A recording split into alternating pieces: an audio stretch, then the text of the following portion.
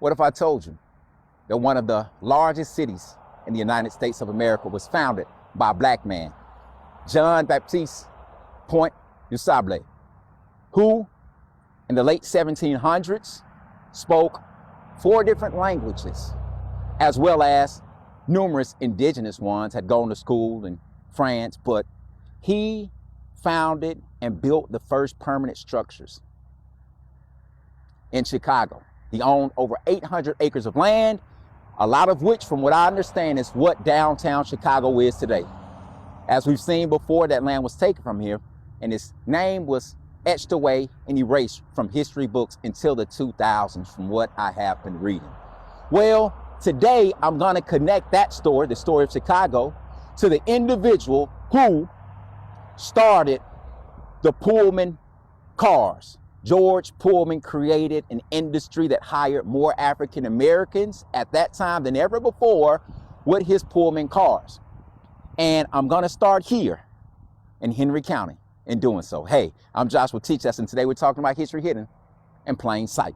So in 1900, Georgia had its Titanic moment. And what I mean by that is, you see this marker. It tells the story about the worst train wreck in Georgia's history. In June of that year, if I'm not mistaken, it's right here on the marker. In June of that year, the train headed from Macon, going to Atlanta, crashed and dropped 60 feet. Only 39 people died. And the survivors' names are listed here. Those who died's name are listed here. It said that the train conductor, if you will, it was raining and folks were scared and skeptical about heading to Atlanta after it'd been raining bad for 3 weeks, and they were fearing that the tracks might actually be washed out, which they were. He said, we're either going to have breakfast in Atlanta in the morning or in hell. And ladies and gentlemen, unfortunately, that train crashed. So many people died. The dead bodies were laid out at the square at McDonough, which is why this marker is here. But it was the Camp Creek train wreck. And those bodies were laid out for folks to come identify them. From what I understand, some bodies may have never been recovered in the creek up under the pressure of the train, and some of them were later identified. But I'm here to tell the story about the railroad industry today. History hidden in plain sight. You see, the railroad industry was an opportunity for African Americans to make a living in this country. One of the individuals who died, his name was Ed Bird, my middle and last name and my father's first and last name. So immediately I was interested in reading this story. But my father was a fireman on the railroad, and his father was a fireman on the railroad. See, the railroad industry after slavery gave individuals an opportunity to earn a decent living. And so they did. It goes back though, and that railroad industry and those jobs go all the way back and connect with the civil rights movement. And here's how. After President Abraham Lincoln was assassinated, he of course had already issued Field Order 15 that issued the 400,000 acres to individuals who were newly freed in the South following the Ebenezer Creek Massacre, where thousands died following the Union soldiers for freedom.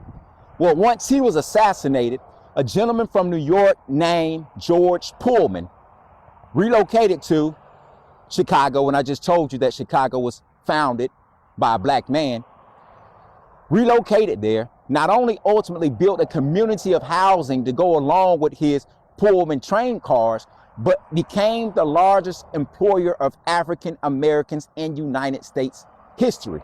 But it wasn't all good. There was a lot of racism. There was a lot of discrimination.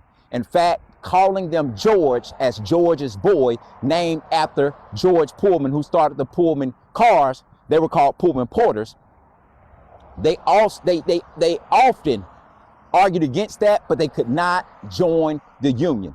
It would not be till years later that A. Philip Randolph came along and helped them organize. And the organizations were for both the Pullman Porters and the maids, because women also worked on those trains. But just to know something about the conditions, sometimes they worked up to 20 hours a day. And so they was working, they were organizing, and they were petitioning for better working conditions, for livable wages, to not be sexually assaulted, to not have to lay down on all fours or get down on all fours and have the white children ride their backs and pet their heads for good luck. These were the kind of conditions that they were working up under. Again, because they were black, they couldn't join the union, and so they worked under constant discrimination and pressure. Well, A. Philip Randolph, who helped them organize, is known as the father of the civil rights movement. He was a mentor for Martin Luther King. He worked with 3 different presidents. Once he organized a march that was to be a march of 100,000 on Washington in the 1940s. And I think it was Roosevelt succumbed to his threats to march and gave him what he wanted, was to end discrimination in the defense industry. He did it again with the next president, who ended discrimination and Jim Crow practices in the military. Well, he also worked along with the Reverend Dr. Martin Luther King Jr. and organized the infamous March on Washington. And he also introduced Dr. King on that day that he gave his I Have a Dream speech. But there's a little known individual a lot of folks don't talk about. I believe his name was E.D. Dixon. Well, he was a Pullman porter. He worked on the railroad trains, and I'm here just to remind you all about the significance that the train industry, the railroad industry had for African Americans at the time.